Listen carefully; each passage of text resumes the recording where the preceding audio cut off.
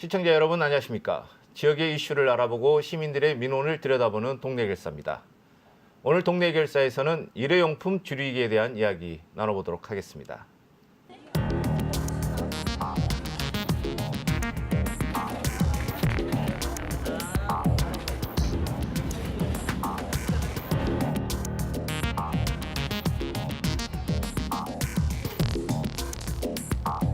강주가 조금 안타까운 게 실제로 전국적으로 봤을 때 강주 지역의 일회용품 사용량이 굉장히 많은 것으로 나타났거든요.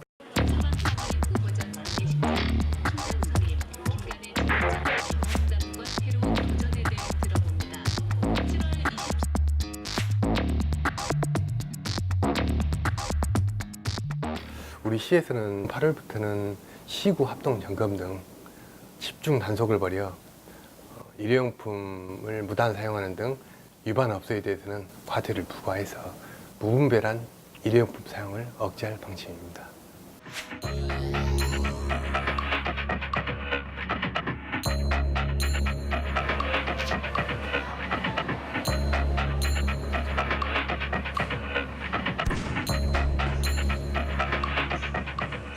뭐 마트에 간다거나 뭐 커피숍에 간다거나 하면 저의 의지와 상관없이 그냥 소포장, 과대포장 뭐 이렇게 되어 있잖아요.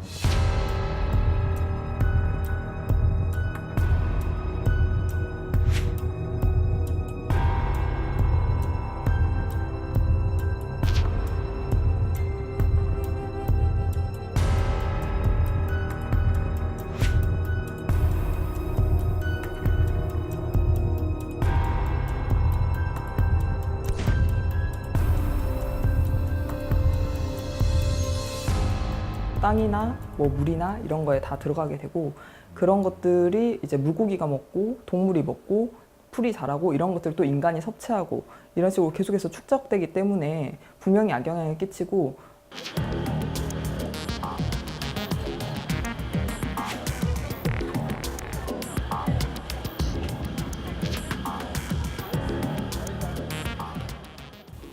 일회용품 사용 줄이기 운동이라든가 재활용품 분리수거 등 그 사소한 것부터 우리 시민들은 자발적인 참여가 있어야 할 시점으로 판단하고요.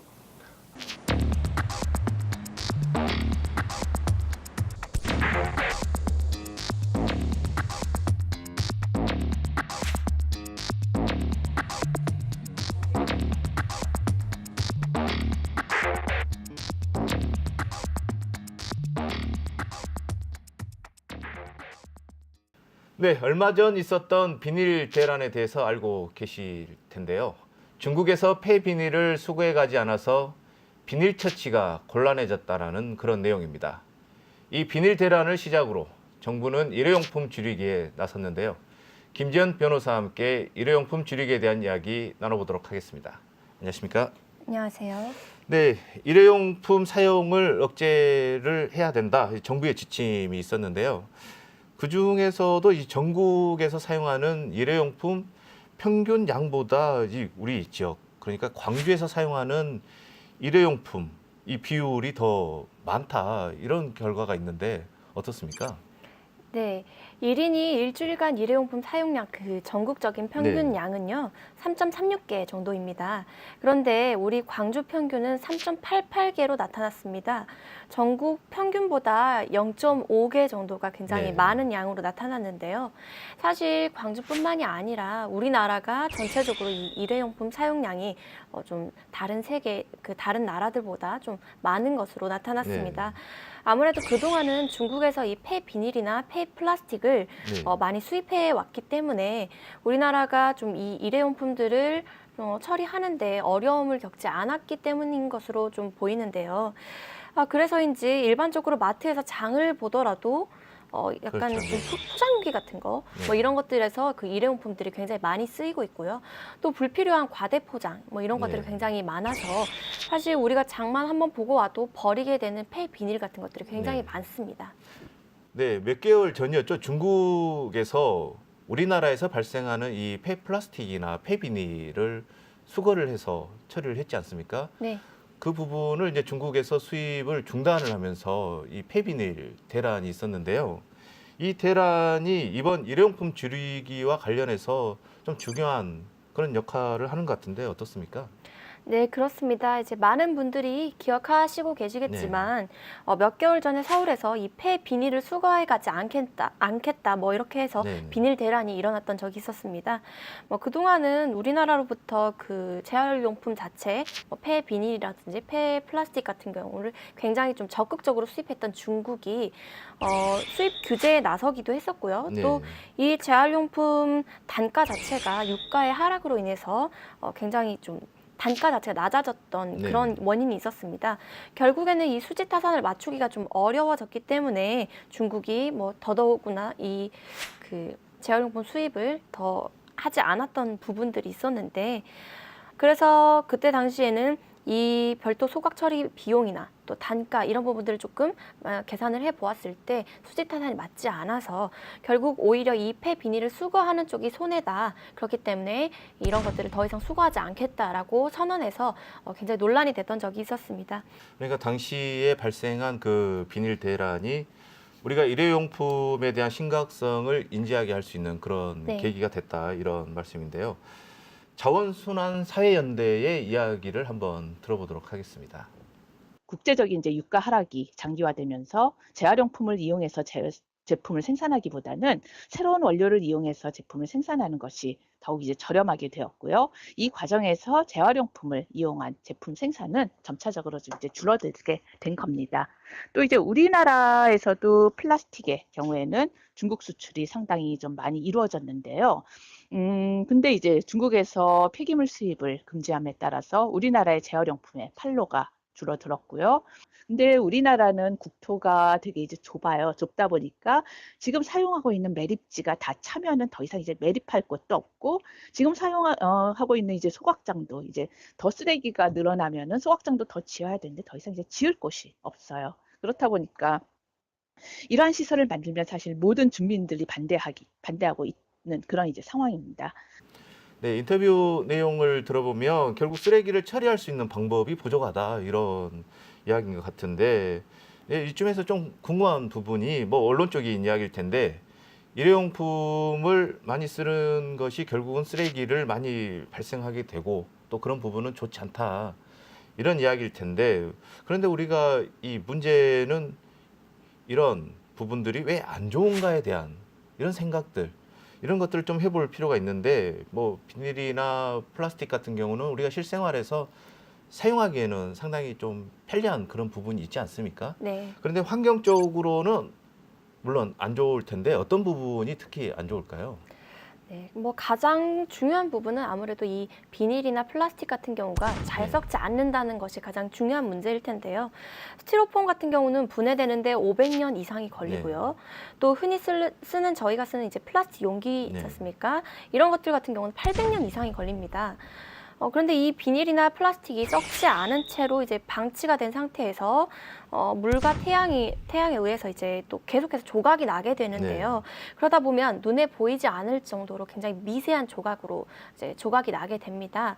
이러한 그 미세 플라스틱이 1mm 이하가 되게 되면 결국 그대로 바다나 강으로 흘러 들어가서 네. 수중 생물들에게 먹히거나 또 우리가 마시는 생수 뭐 이런 부분들에 좀 떠 있지만 보이지 않는 상태가 되게 네. 됩니다. 결국은 그런 상태에서 이 생선을 저희가 섭취를 하거나 해산물을 섭취하거나 또 물이나 음료를 마시는 행위 뭐 이런 것들을 통해서 결국 저희가 버렸던 이 미세 플라스틱들이 결국 우리 몸으로 네. 들어오게 되는 뭐 그런 결과를 초래하는 거죠. 말씀 듣고 보면 진작부터 우리가 좀 더 이 일회용품을 줄이기 위한 이런 노력들을 좀 해왔어야 되지 않나 이런 생각이 드는데요. 지금 이루어지고 있는 일회용품 사용 제한 같은 경우는 좀 급작스럽게 나온 정책 아닌가 이렇게 생각도 되는데 어떻습니까? 그렇게 생각하실 수도 있겠지만 네. 사실은 좀 이 관련된 제재 같은 경우는 과거에도 이미 있었던 네. 게 있습니다. 2007년도까지만 해도 한국의 그 재활용 정책 자체는 다른 나라들과 비교해도 좀 뒤처지지 않는 수준이었다라는 의견이 있는데요. 일회용품 사용 제재도 2000년대 초반부터 좀 강화된 상태였었다고 합니다. 그런데 이런 제재들이 2008년을 기점으로 조금 많이 네. 없어지고 풀려버렸던 게 있었는데요. 그 과정을 거친 대표적인 제도가 요새 지금 화제가 되고 있는 일회용 컵 보증금 제도입니다. 네. 2003년도에 도입이 되어서 일회용 컵 사용량을 50%나 줄였던 굉장히 획기적인 성과를 이뤘던 제도였었는데 이 제도 자체가 2007년도에 좀 국민들을 불편하게 한다. 뭐 그런 이유로 이 제도를 좀 폐지했던 네. 뭐 그렇게 됐던 제도였습니다. 결국 이런 캠페인이나 정책들은 사실은 최근 들어서 갑자기 나온 것들이 아니라 네. 과거부터 이미 좀 시행이 됐었고 또 효과를 거둔 적도 있었던 그런 제도인 거죠. 네. 네, 2009년부터 일회용품 줄이기 운동을 펼쳐온 이 자원순환 사회연대의 이야기를 한번 들어보도록 하겠습니다. 과태료 이런 게 지금 나오는 게 사실 이제 자발적 협약은 예전부터 있어 왔어요. 그러니까 최초로 체결했던 게 2009년이고 2013년에 한번 개정을 했었고 이번에 사실 이제 개정을 해왔어요. 물론 이제 그 과정에서 이제 업체라든가 뭐 내용은 이제 조금씩 달라지긴 했었는데 그 자발적 협약을 체결을 했어도 사실 이제 지금까지 예전에 보면은 일회용 컵을 매장 내에서 사용하지 않아야 됨에도 불구하고 계속 매장 내에서 사용을 해왔거든요. 지금 이제 여기에 대해서 문제가 되는 거는 사실 이 자발적 협약을 개정을 한다는 게 작년부터 있어 왔어요.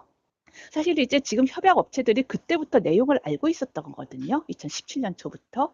근데 지금 결국 협약을 체결을 한 거는 2018년인데 약 한 1년 5개월 동안 그 내용을 알고 있었으면서 왜 준비를 안 했나 하는 이제 그런 문제는 있죠. 어떻게 보면 그 과태료를 부과를 한다는 게 그때부터 내용이 있었던 거거든요. 그리고 그동안에 사실 업체 입장에서는 충분히 다회용품을 준비를 할 수 있었던 그런 이제 기간도 됐었는데 지금 와서 일회용품 사용이 뭐 이제 계속 하고 있는데 어떻게 줄이냐, 과태료는 왜 매기냐 하고 있는 건 저희 입장에서는 사실 어떻게 보면은 좀 말도 안 된다고 생각은 되고는 있어요. 네, 그러니까 과태료 이야기도 예전부터 있었던 일이고 또 시행될 이런 내용들은 누구보다도 뭐 지자체나 또 이런 일회용품을 줄이기 위해서 협약을 한 기업들은 대부분 알고 있다. 이런 이야기인데요. 그런데 뭐 정작 지자체에서도 얼마 전이었습니다. 이 광주시 같은 경우에 일회용 종이컵을 대량으로 좀 구입을 해서 좀 논란이 되기도 했는데 이런 부분은 어떻게 생각하십니까? 최근 같은 경우에는 환경부가 이 일회용품 사용 줄이기 실천 지침까지 마련을 네. 해서 각 공공기관에 전달했다고 합니다. 광주시에서도 이런 지침이 내려오기 전에 계획을 하고 네네. 뭐 구매한 것이다 뭐 이렇게 해명을 하기는 했었지만 환경부에서는 또 이 광주시가 계약한 일자보다 네. 이런 공공기관 협조 요청을 보낸 그 시점이 조금 더 앞서 있었다. 뭐 이렇게 또 주장을 하고 있어서 환경부와 광주시 입장에서 또 좀 약간 다른 주장을 하고 있는 상황인 거죠. 광주시는 지난 6일 종이컵을 200만 원 넘게 구입했습니다. 도로명주소 홍보를 위해 제작한 겁니다. 캠페인 하기 전에 이미 구매를 이미 먼저 한 거죠. 그 계약을 혹시 언제쯤 하셨나요? 네, 6월 한 20일 정도 그 정도에 했는데요, 지금. 하지만 환경부는 20일보다 앞선 15일 공공기관의 협조를 요청했습니다. 과연 광주시에서 이 홍보 물품으로 대량 구매한 이 종이컵이 재활용 관련 정책을 적극적으로 홍보하지 못한 탓인지에 대해서는 사실 조금 의문이 있는 부분입니다. 네, 일회용품 줄이기에 대해서 광주시는 어떤 노력들을 하고 있는지 한번 들어보도록 하겠습니다.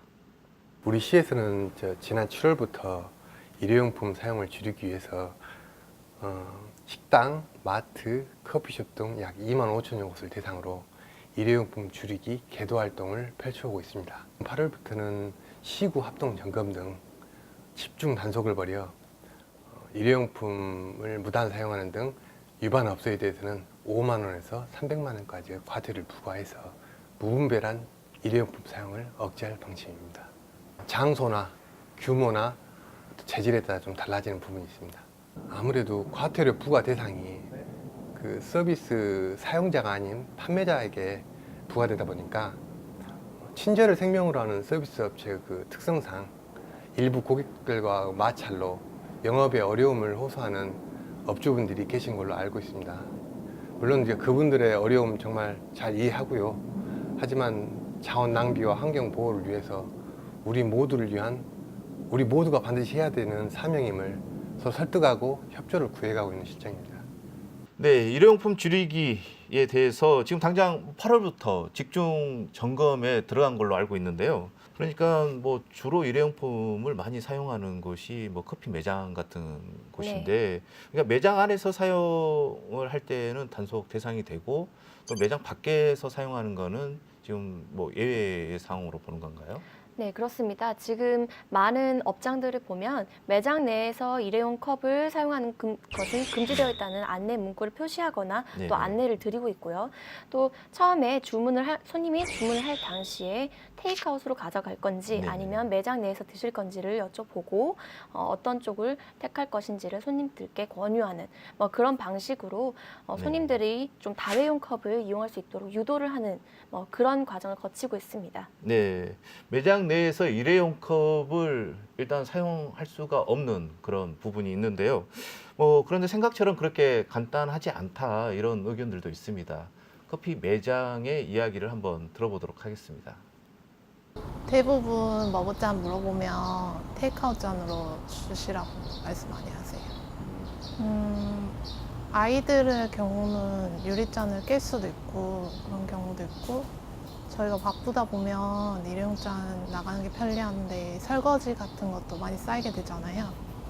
그래서 그거에 대해서는 직원들의 문제가 좀 있을 것 같아요. 네, 머그잔도 지금 한정돼 있다 보니까 더 구매해서 사용해야 되고, 머그잔도 어느 거 사용해야 할지 고르기도 해야 되고 해서 그런 불편한 점이 있는 것 같아요. 아무래도 머그잔이 많이 나가다 보니까 설거지도 많고 손님들이 유리잔을 되게 많이 깨우세요. 그래서 그런 거는 조금 저희도 처리하기가 좀 불편한 것 같아요. 아무래도 어린아이들 경우에는 유리잔도 무겁고 해서 어린아이들한테 유리잔 나가기가 되게 불편한 것 같아요. 아무래도 환경 생각하면 일회용 잔을 줄여야 하는 게 맞지만 카페 알바생들은 되게 힘들 것 같아요. 그런데 이 사용하는 사람은 어떻게 보면 고객이지 않습니까? 근데 네. 이런 부분이 지켜지지 않았을 경우에는 과태료가 발생하는데, 이 과태료는 매장 업주가 물게 되는데요. 네. 그렇다 보면 이 고객 입장에서는 뭐 조금 전에도 말씀을 해주셨듯이 네. 뭐 테이크아웃을 하기로 했는데 다시 일회용품을 다시 매장 안으로 들어와서 이렇게 먹는다든가, 네네. 좀 이런 과태료에 대한 이런 좀 부담감이 없다 보니까 이런 부분들이 좀 이루어질 수도 있지 않나 이렇게 생각이 되는데요. 어떻게 생각하십니까? 네, 그렇기 때문에 이 자신만의 편의를 위해서 그렇게 일회용 컵으로 받아서 이제 매장 안에서 드시는 분들이나 뭐 이런 분들이 뭐 발생하는 것은 사실 사전적으로 차단하기도 굉장히 네. 어렵고요. 실질적으로 이걸 뭐 정부나 지자체에서 단속하는 것도 어렵습니다. 네. 그렇기 때문에 사실 손님에게 과태료를 뭐 부과할 수 있겠다, 뭐 이런 것들도 네. 어려운 상황이고요. 그렇게 좀 약간 과태료나 뭐 과태료 적용 대상을 네. 늘리는 것들보다는 이런 그 업주들이 적극적으로 홍보에 나설 수 있게끔 환경을 네. 조성을 해서 또 이 일회용품을 대체할 수 있는 그런 다른 것들을 좀 마련하는 뭐 방안들을 좀 네. 추진을 해서 손님들보다는 조금 문화 형성, 시민의 의식을 뭐 고양시키는 그런 방법에 의하는 것들이 가장 효율적이지 않나 생각이 됩니다. 네. 네, 현재 플라스틱 제로 운동을 진행하고 있는 광주 환경운동연합의 이야기를 한번 들어보도록 하겠습니다. 캠페인 내용을 좀 자세히 말씀드리면은, 먼저 말씀드려야 될 것이 5월 24일부터 그 커피 전문점이랑 이제 패스트푸드점에서 자발적 협약을 강화하면서 이제 매장 내에서는 일회용품을 사용할 수 없다. 그리고 고객이 샀을 때 다회용 컵을 권유해야 되고, 또 텀블러 같은 것을 이용했을 때 뭐 가격을 할인한다 할지 이런 인센티브를 제공해야 된다, 이런 내용들이 들어있는데요. 이게 뭐 커피 전문점이나 패스트푸드점뿐만 아니라 이렇게 일회용품을 사용하는 여러 업종에서 많이 적용되고 있는 추세고, 그런데 이제 현재 이런 업종이나 또 이제 소비자분들이 이런 내용들을 잘 모르고 있기 때문에 이런 내용들을 좀 홍보하고 또 지켜지지 않는 업체, 업종들에 대해서 조사 활동도 진행하고 이런 내용으로 캠페인을 진행하고 있습니다. 네, 이번에는 플라스틱 제로 캠페인에 참여를 하고 있는 시민들의 이야기도 한번 들어보도록 하겠습니다. 뭐 마트에 간다거나 뭐 커피숍에 간다거나 하면 저의 의지와 상관없이 그냥 소포장, 과대포장 뭐 이렇게 되어 있잖아요. 그러면 뭐 그 커피숍 같은 데에서는 아예 머그컵을 달라고 해도 그냥 머그컵을 우리 매장에서는 안 씁니다 하고 그냥 무조건 테이크아웃도 아닌데도 불구하고 플라스틱 용기에 플라스틱 스트로를 꼽아가지고 무조건 줘버리거든요. 그래서 이제 그런 데는 제가 일회용품을 안 쓰고 싶다고 해도 안 쓸 수가 없잖아요. 그래서 이제 그 전에는 이럴 때는 어쩔 수 없다 생각을 했는데 이제 일회용품 안 쓰기 도전단에 이제 도전하면서부터는 개인 텀블러, 개인 컵을 항상 들고 다녀요. 그래서 이제 그런 데 가더라도 최소한 전만이라도 일단 안 쓰게 되고요. 그리고 이제 매장에서 뭐 지배인이나 이런 분들이 있으면 이렇게 그 일회용품 안 쓰는 취지를 간단하게 이야기 드리고 그런 식으로 좀 하면 안 될까요? 라고 이렇게 건네는 말도 하기도 하고요. 우리 도전단에서 나온 거기는 합니다만 이런 텀블러하고 그다음에 이것도 도전단에서 나온 이제 펼치면 장바구니가 되는 장바구니 그리고 이제 제가 개인적으로 이런 일회용 그 컵을 대체할 수 있는 이런 컵 이 세 가지는 제가 항상 어디를 나가든 항상 이거는 큰 가방 또는 작은 가방에 항상 이거 넣어가지고 다닙니다. 그래서 이걸 넣어갖고 다니면 뭐 비닐이나 이런 거는 받을 일이 없고 이제 매장에 가가지고 뭐 커피나 음료를 같은 거 마실 때는 거기에 머그컵 같은 게 없다고 하면 여기다 담아주세요라고 함으로써 이제 한 번씩 환기를 하는 건죠. 그 사람 의식이 없었다가 이렇게 환기를 되고.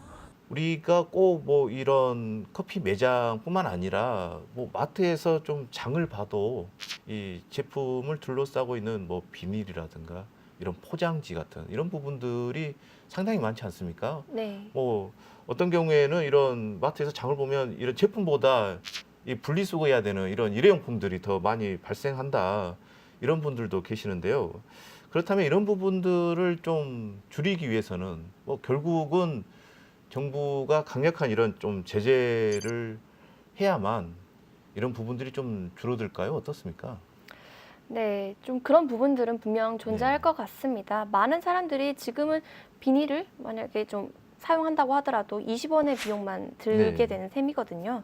정말 많은 곳에서 이런 비닐이나 플라스틱들을 쉽게 얻을 수 있는 상황이기 때문에 좀 시민들도 경각심을 좀 가지기가 쉽지가 않습니다. 실제로 외국에서는 좀 강력한 제재를 통해서 이런 일회용품 사용을 막기 위한 뭐 다양한 노력들을 하고 있는데요. 좀 약간 강력한 제재를 취하고 있는 나라를 좀 살펴보면 아일랜드를 들 수가 있는데요. 아일랜드 같은 경우는 2002년에 봉투세라는 것을 도입을 했습니다. 이 비닐봉투 구입 가격 자체가 봉투세 때문에 우리나라 돈으로 1,000원 이상이 들게 되는데요. 결국에는 너무 봉투, 이 봉투를 사용하는 비용 자체가 너무 세기 때문에 결국 사용을 자제하게 되어서 90% 이상 감소했다고 합니다. 또 생태 관광 수입에 의존하는 나라가 케냐가 있는데 이 케냐 같은 경우에는 8월에 비닐봉투 사용 자체를 전면적으로 금지를 시켰습니다. 그래서 이 비닐봉투를 생산하는 곳, 그리고 또 판매하는 곳, 그리고 사용하는 행위 이런 것들 모두를 금지함으로써 위반할 때는 38,000달러라는 굉장히 큰 벌금과 또는 이제 최고 4년형 징역형을 살도록 하는 강력한 제재 규정을 두고 있는 거죠. 이렇게 강력하게 제재를 한 나라들은 실제로 이 일회용품 사용량이 급격하게 떨어진 것들을 확인을 할 수가 있었고요. 또 지금 우리나라 같은 경우에는 이런 일회용품 사용에 대한 제재가 굉장히 낮은 편이기 때문에 조금 더 강력한 제재가 있다면은 아무래도 조금 더 사람들이 사용 자체를 꺼릴 수 있지 않나 뭐 그런 부분들은 확실히 있는 것 같습니다. 네, 우리가 인지하지 못하는 이런 상황에서도 우리도 모르게 일회용품을 사용하고 있습니다. 조금이라도 더 일회용품을 쓰지 않으려는 우리의 노력이 현재를 사는 우리를 위해서도 또 미래를 살아갈 우리의 자녀들을 위해서도 꼭 필요한 자세라고 생각이 듭니다. 오늘 동네 결사 여기서 마치도록 하겠습니다. 오늘 말씀 고맙습니다.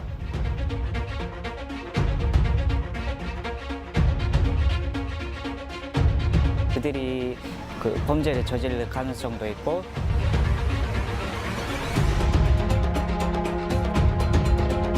한국은 난민 문제에 대해서는 굉장히 인색했습니다. 예멘에서 오는 사람, 시리아에서 오는 사람 난민이니까 그런 난민주의 그러니까 줘야 한다고 생각합니다.